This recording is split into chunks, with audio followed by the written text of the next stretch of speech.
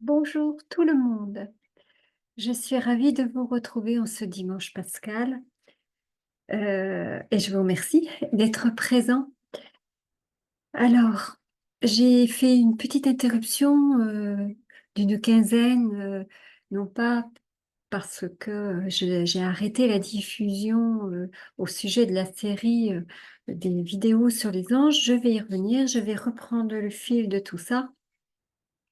Mais j'ai dû m'absenter pendant une bonne quinzaine de jours à l'invitation d'une amie que j'ai retrouvée et qui m'a retrouvée plus exactement sur les réseaux et je me suis déplacée, voilà. Et je ne pouvais pas être aussi présente sur les réseaux. Et donc, cette petite parenthèse fermée, d'ailleurs, je vous embrasse tous là-bas parce que je sais que vous m'écoutez. Et aujourd'hui, il est question de faire je dirais pas la pause ni le point, mais malgré, comme d'habitude, où foisonnent partout des tas de choses, ici et ailleurs, au sujet d'un enseignement ou de techniques ou autre, de la résurrection et de ce que cela euh, peut être en réalité, eh bien, mon centre à moi, mon, mon tuteur. Voilà, hein, parce que c'est, c'est très important de rester aligné sur...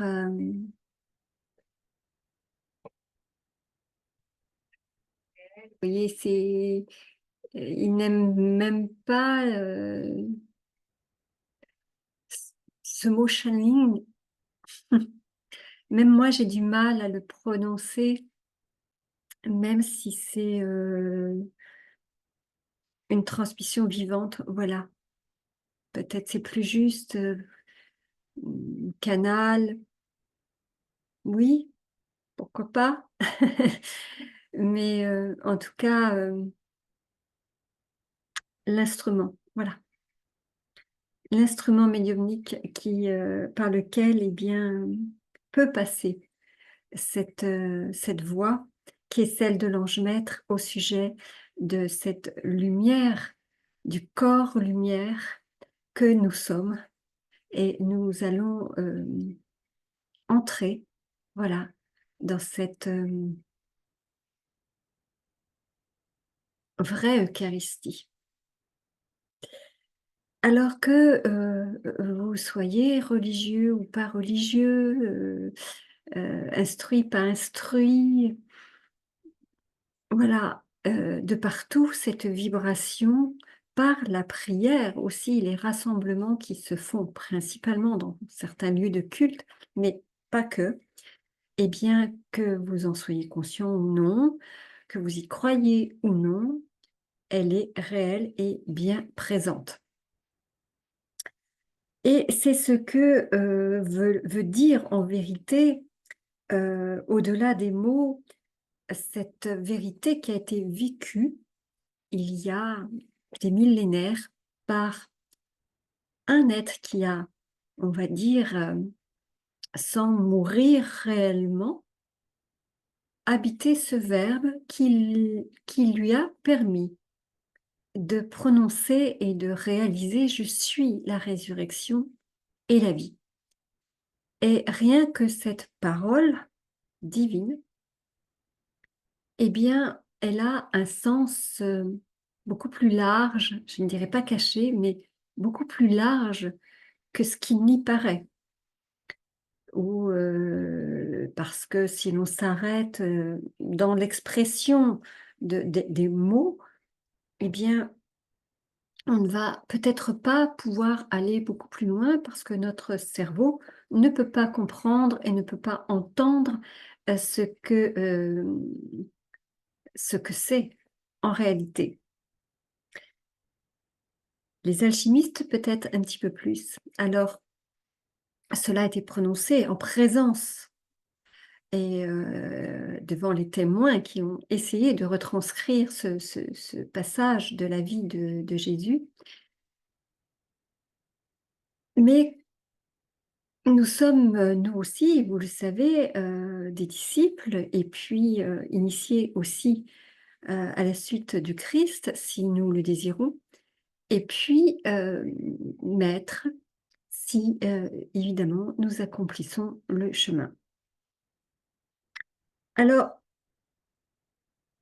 le plus inconnaissable quelque part de la passion de Jésus, dans cette descente au tombeau, ce que cela signifie vraiment,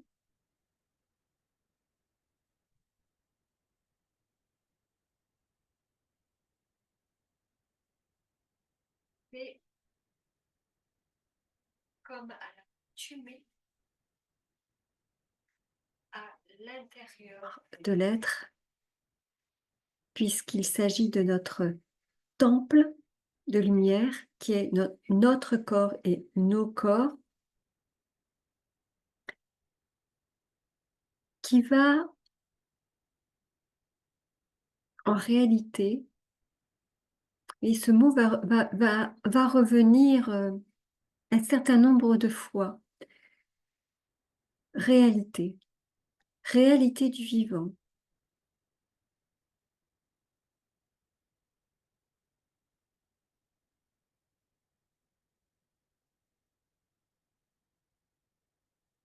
Jésus, en vivant la résurrection, en la manifestant même avant sa passion sur la croix, en ressuscitant Lazare, en ressuscitant la fille de Jaïr, pour ceux qui connaissent un petit peu les poupées,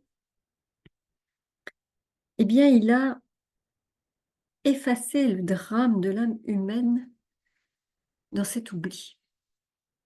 Dans cet oubli que la matière est avant tout esprit et que l'esprit est matière. Et sans que cela, rien n'aurait pu se manifester.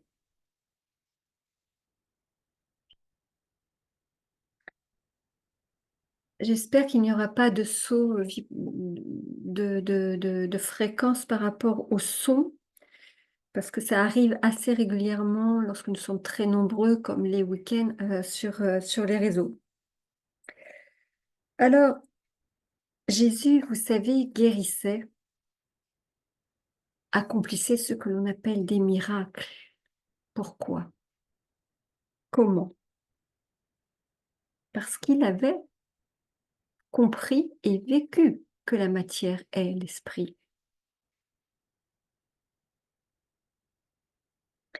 Et qu'il n'y a que l'intention alignée à l'amour qui traverse la chair jusqu'à l'âme, qui est capable de réaliser et de manifester ce que nous appelions et ce que nous appelons toujours quelque part un miracle. Mais il vivait dans cette conscience unifiée à chaque instant. Il n'était pas séparé comme nous le sommes. Et il a tout manifesté à partir du créé et même de l'incréé pour démontrer et réaliser l'enseignement et la réalité de la descente dans l'incarnation de l'âme qui va être le temple de l'esprit.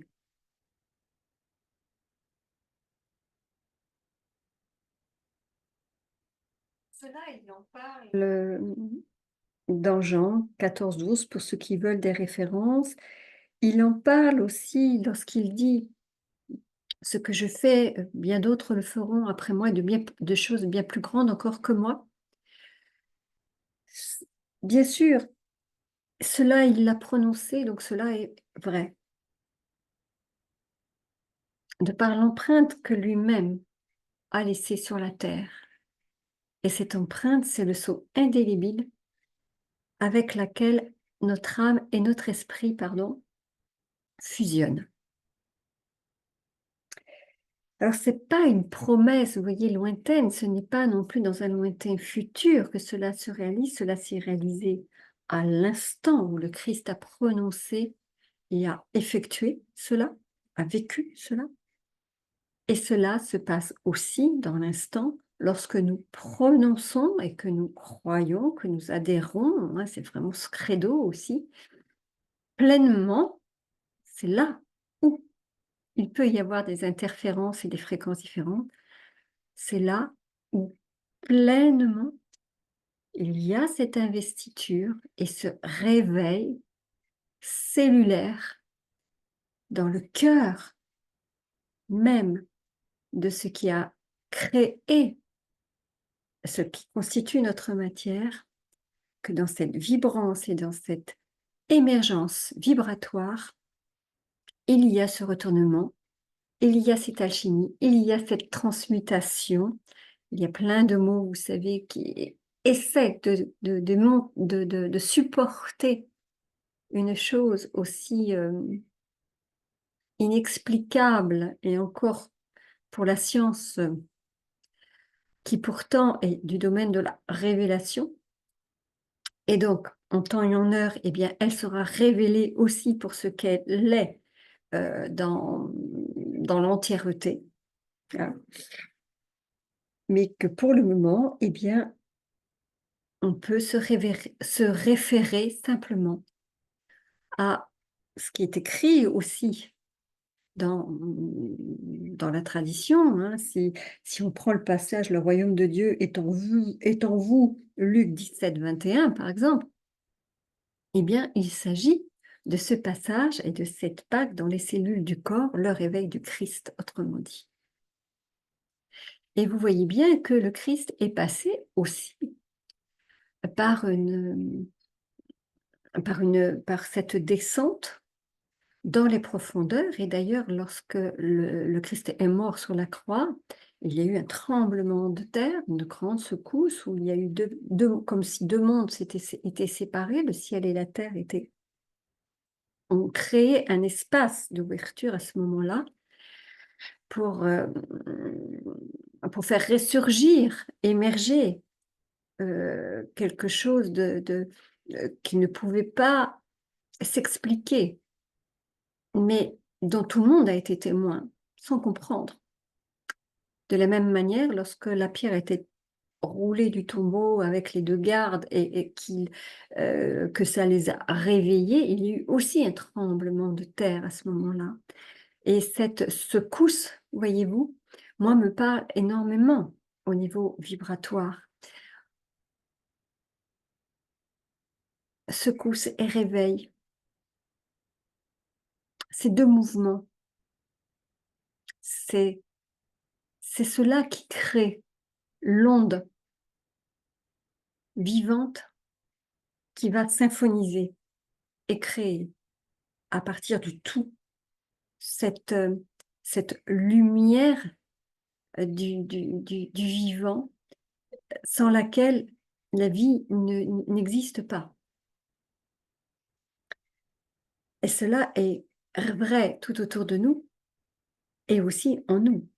Et c'est cette présence qui est réactivée dans la mémoire, hein, et que certains appellent miracle. Mais laissons à Dieu ce qui est à Dieu et aux Romains ce qui est aux Romains. C'est le moment de le dire. Et pour aller plus loin, voyez, dans les explications, dans les mots qui pourraient dévoiler un petit peu, c'est que l'homme, dans son choix et on dit l'homme au moment une fois qu'il a commencé son épopée humaine, et au-delà de ce que nous connaissons dans cet univers et dans cet espace, eh bien, il a eu une idée fausse aussi du dessein, quelque part, du divin. Et il a créé son propre corps mortel à son image, à lui, pas à l'image divine.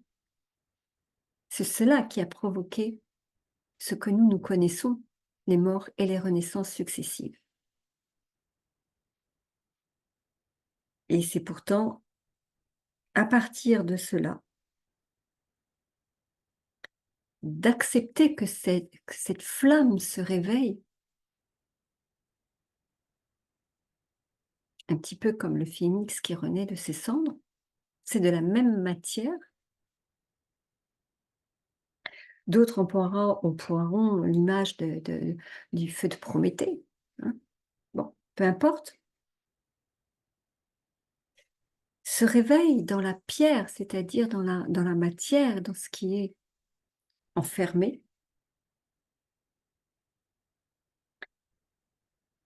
Certains l'appellent aussi le Christ soleil, peu importe. Il est venu unir par cette lumière ce qui a été séparé et effacer les mémoires accumulées depuis des millénaires et des millénaires. Alors je ne sais pas si vous allez pouvoir aller dans cet entendement au travers de ces pauvres mots, mais voyez-vous, la résurrection passe et par l'acceptation, voilà, de cette unification et de cette manifestation qui a lieu chaque fois que l'âme, dans son union et dans sa fusion avec le divin, vit. C'est un petit peu comme une horloge cosmique. Et lorsque l'on dit que nous sommes arrivés à un point où on ne va pas pouvoir revenir en arrière sur ce qui est déjà en route depuis la nouvelle ère, depuis le nouveau cycle, qui en sont déjà les signes précurseurs, eh bien du plus profond de nos cellules, c'est le cœur du vivant qui est là. Elle habite notre cœur, mais elle fait franchir à l'humanité un pas évidemment décisif, ce que nous appelons la Terre nouvelle.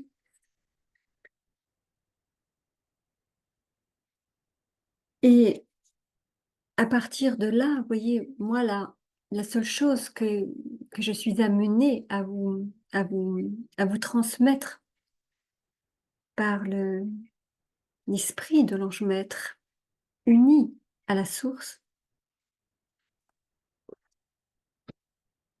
je vais vous le résumer dans ce texte qui est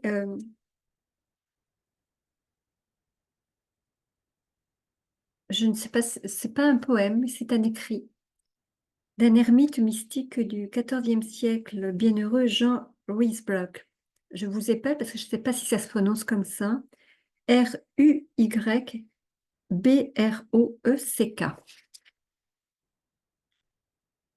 Je crois que tout est là. Quand le soleil est à son midi, si une vallée très profonde est enfouie entre deux montagnes énormes et que les rayons du soleil peuvent atteindre le bas de la vallée, celle-ci reçoit une splendeur, une ardeur, une magnificence, une fécondité que la plaine n'égale pas. Quand le juste réside au fond de sa pauvreté, contemplant en lui le néant, la misère, l'impuissance, quand il s'aperçoit profondément incapable de progrès, de persévérance, quand il voit la multitude de ses négligences et de ses défauts, quand il s'apparaît tel qu'il est dans la réalité de son indigence, il creuse la vallée de l'humilité. Prosterné dans sa misère, reconnaissant sa détresse, il l'étale en gémissant devant la miséricorde du Seigneur. Il contemple la hauteur du ciel et sa petitesse à lui. La vallée devient profonde. C'est pourquoi le Christ soleil, du haut de son midi, assis à la droite du Père, lance dans le fond de cet humble mille feux et mille splendeurs. Il est incapable de n'être pas touché quand l'humble étale et prosterne devant lui sa prière. Alors, des deux côtés de la vallée, deux montagnes se dressent et grandissent. Ce sont deux désirs. Le désir de servir et de louer, le désir d'obtenir l'excellence de la sainteté. Ces deux montagnes sont plus hautes que le ciel. Elles touchent Dieu sans intermédiaire et sollicitent sa libéralité. Celle-ci ne se contient pas, elle coule, elle s'épanche, car l'âme possède alors l'aptitude à recevoir. Alors, ce que moi, je perçois, et c'est ce que je viens vous offrir en présence de tous mes êtres d'amour et de lumière, du Christ vivant en particulier,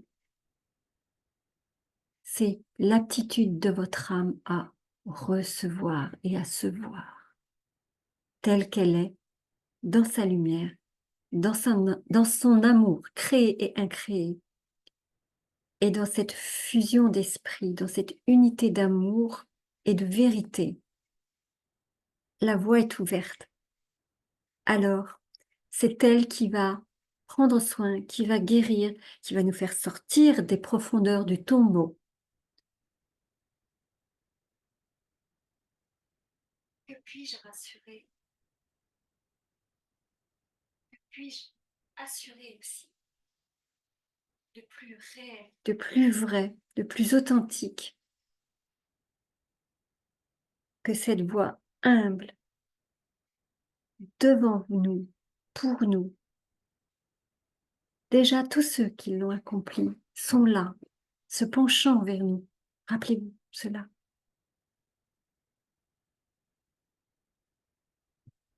Et cette prière passe par tous les chemins du monde et des univers, nous rejoignent.